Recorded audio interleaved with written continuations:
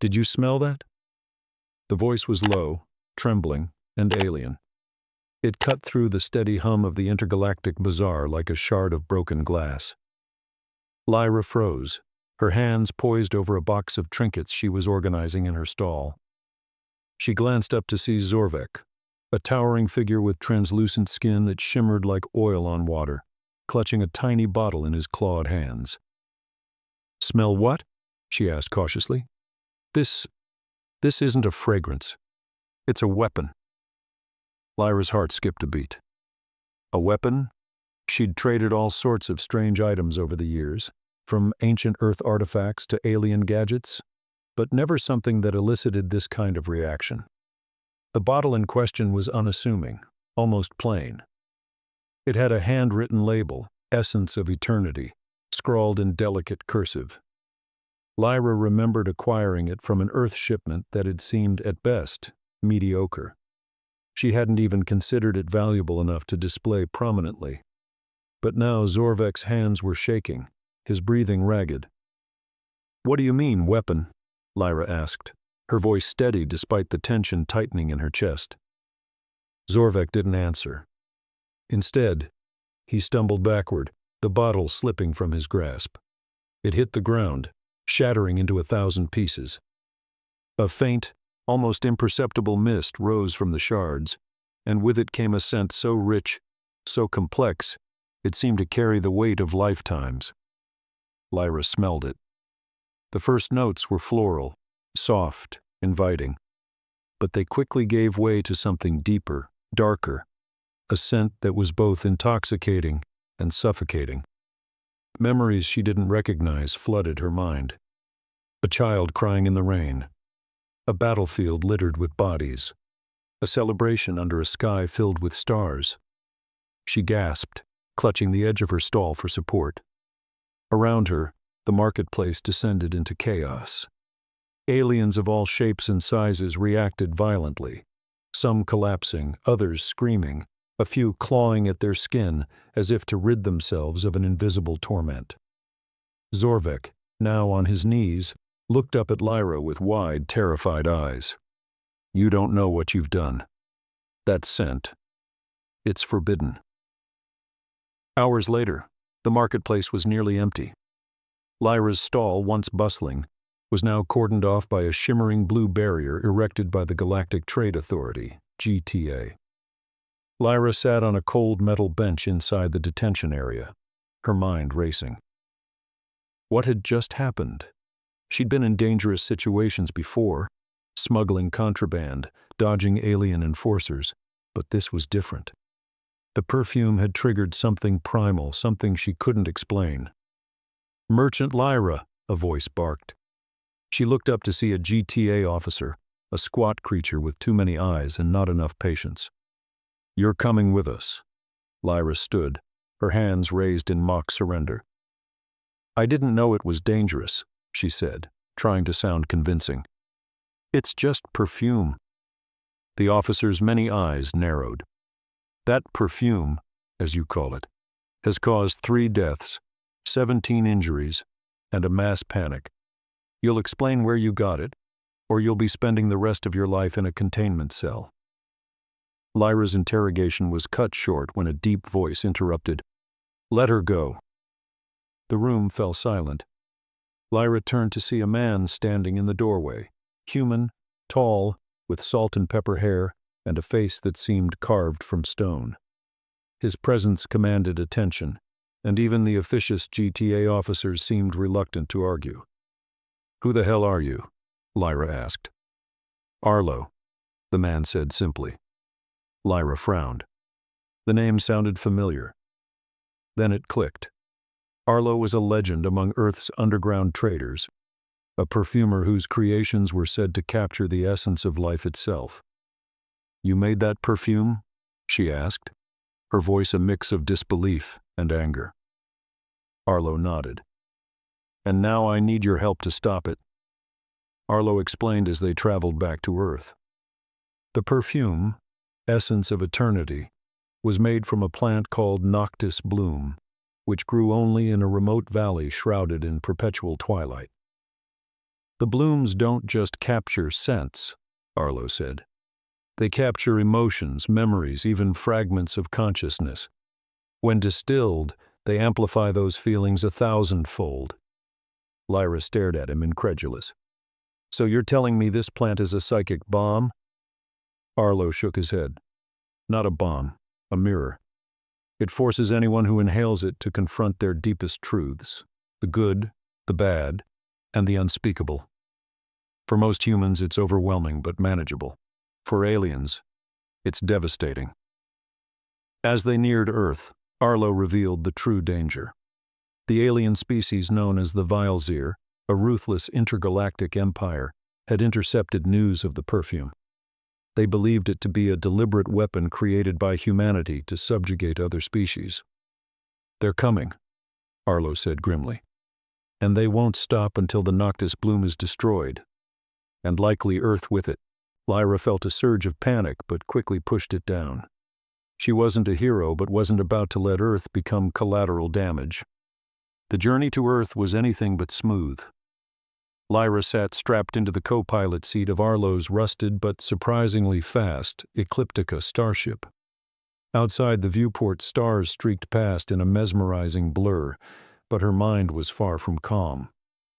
So let me get this straight, she said, breaking the silence. You knew this perfume was dangerous, and you just let it end up in some galactic marketplace. Arlo's hands tightened on the controls. I didn't let it end up there. It was stolen.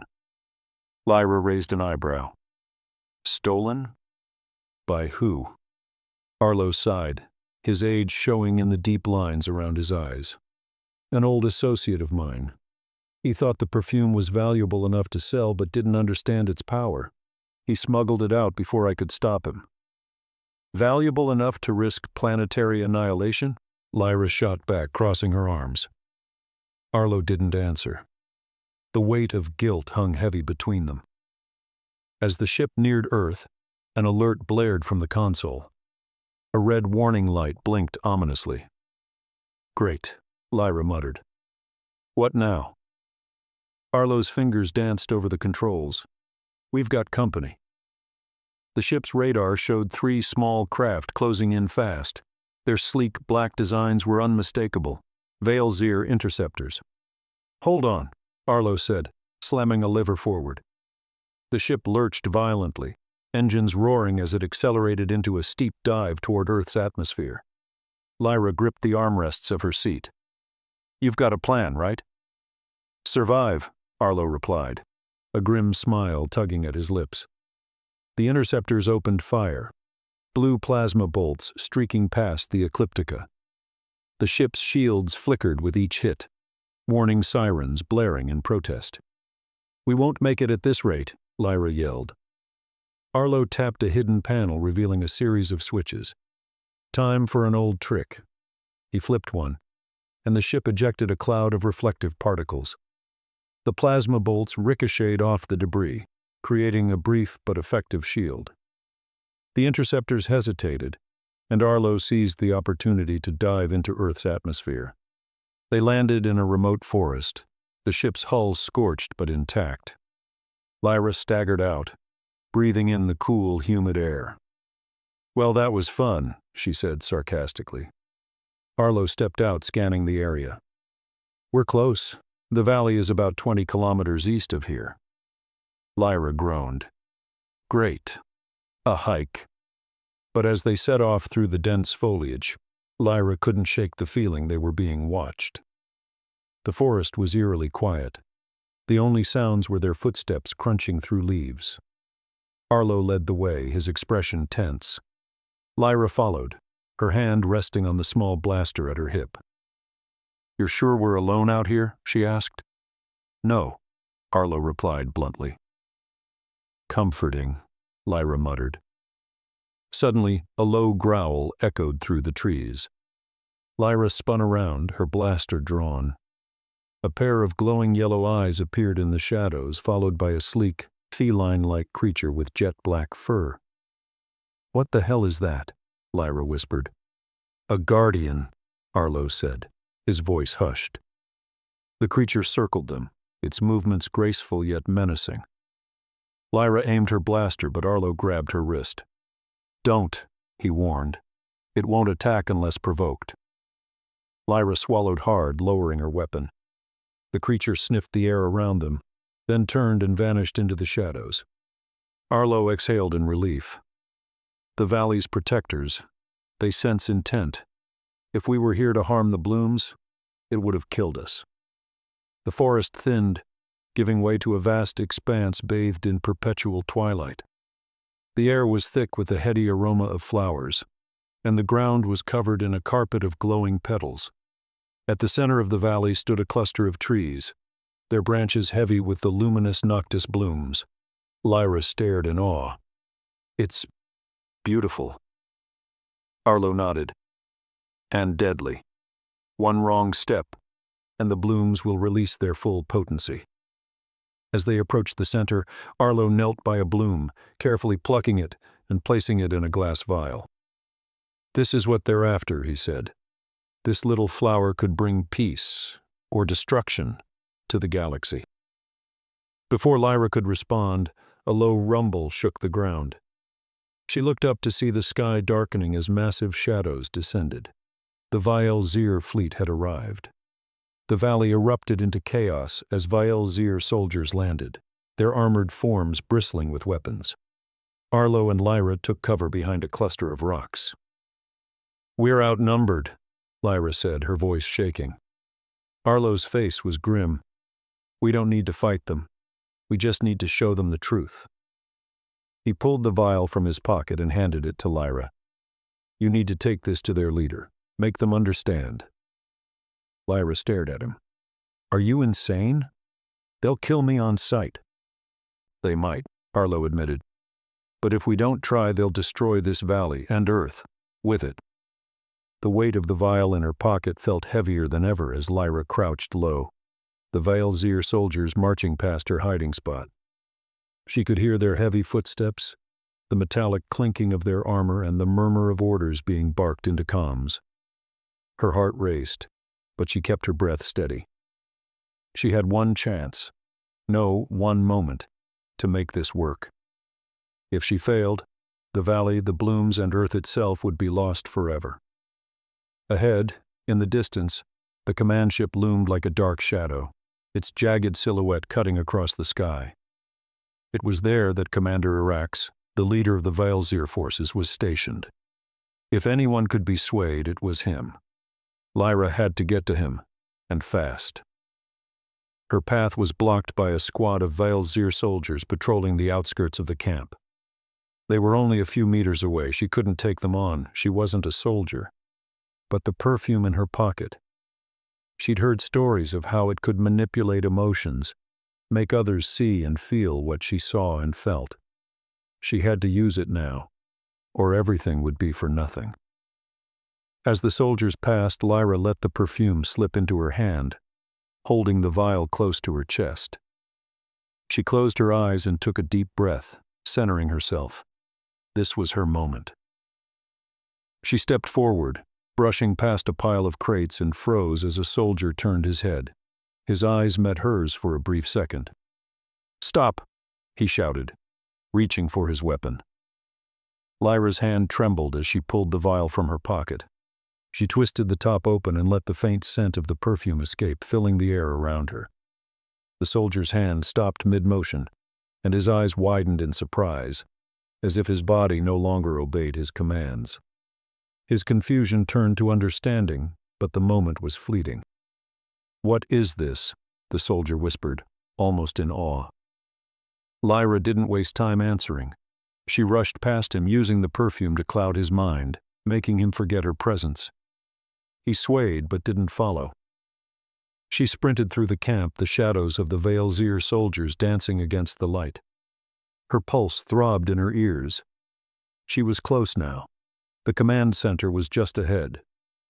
Inside the command center, the atmosphere was tense, suffocating even. Several Vial officials stood around a holographic display, debating strategies for the final attack on the valley. But Commander Irax, standing at the center of it all, was a statue. His face grim, his eyes clouded with doubt. Lyra's pulse quickened as she stepped forward, her every movement purposeful. Irax looked up as she approached. His eyes narrowed. "Who are you?" "I'm here to talk," Lyra said, her voice steady despite the fear clawing at her insides. He scoffed. "Talk? You are an enemy. You and your people are a threat. The Veil Zir will not be stopped." Lyra didn't back down. "The only threat here is your own ignorance. You think Earth is a danger, but you're wrong. We can help each other, if you just listen." She could see it in his eyes, resistance. But beneath it, something else. A crack. Something vulnerable. She stepped forward, taking a deep breath as she held out the vial. "This," she said, "is the truth." Irax studied the vial with suspicion. "What is it?" "The perfume. The Noctis Bloom's essence. It's more than just a weapon. It's a gift.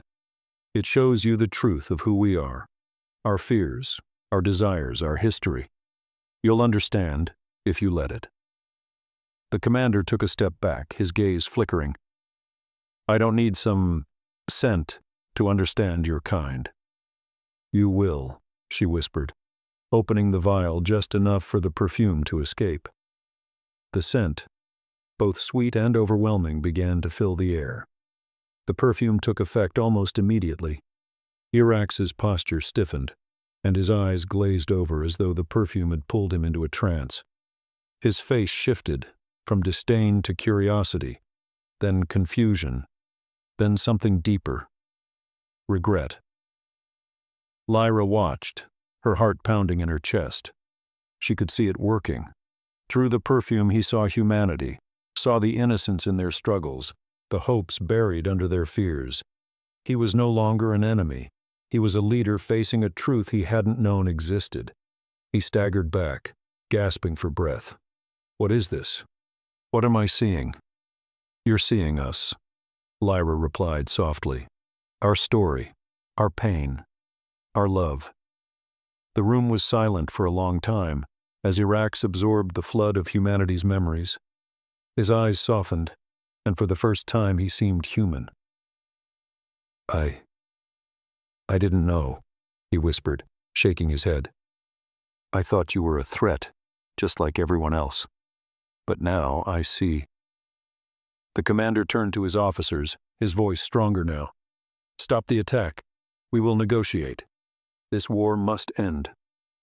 The ceasefire didn't last long. While Irax worked to secure the truce, a faction of the Veil Zir generals refused to accept it. They saw the perfume's effects as nothing more than a trick, an illusion. Arlo had anticipated this. He had prepared for it. In a final act of selflessness, he stepped forward, revealing the last of the perfume. "I'll stop them," he said quietly, his hand trembling as he held up the vial. "I'll use it on them. They'll understand, just like Irax." Lyra tried to protest, but Arlo's eyes were resolute. "If we don't, we lose everything. I've made enough mistakes. Let me fix this." Without another word, Arlo stepped into the midst of the hostile faction, releasing the perfume into the air. The soldiers froze, their eyes widening as the perfume invaded their minds, flooding them with the truth of humanity's experiences. But the strain was too much. Arlo's body began to convulse, his breathing erratic. The perfume had taken its toll, and in a final desperate gasp, Arlo fell to his knees, his hand still gripping the vial. "Arlo!" Lyra screamed, rushing to his side. He smiled weakly, his voice barely a whisper. "It's done. You can make them see. You can make them understand." And then, Arlo's body went still. The Veil Zir generals were subdued, their hostility melted away by the power of the perfume. The war was over. The valley, the blooms, Earth had been saved. But the price had been steep. Lyra stood in the valley, staring down at the blooms. Arlo's sacrifice weighed heavily on her heart. She could still feel the warmth of his hand in hers, the determination in his eyes. "We will honor you, Arlo," she whispered. As she looked around, she saw a future of fragile peace beginning to form. The vial and humanity would work together, but it would take time. Trust would need to be rebuilt. The Noctis bloom would remain protected, its essence no longer a weapon, but a bridge to understanding.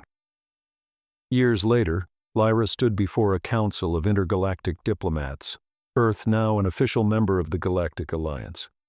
The perfume had become a symbol of unity, used not to manipulate but to heal, to understand. She walked into a garden where the Noctis blooms thrived, protected and revered. She closed her eyes, inhaling deeply. "It was worth it," she whispered. The valley, the blooms, the perfume, it had all changed the course of history. And humanity had a new chance, not just to survive, but to thrive. As Lyra looked toward the future, she knew one thing for certain. The journey had only just begun.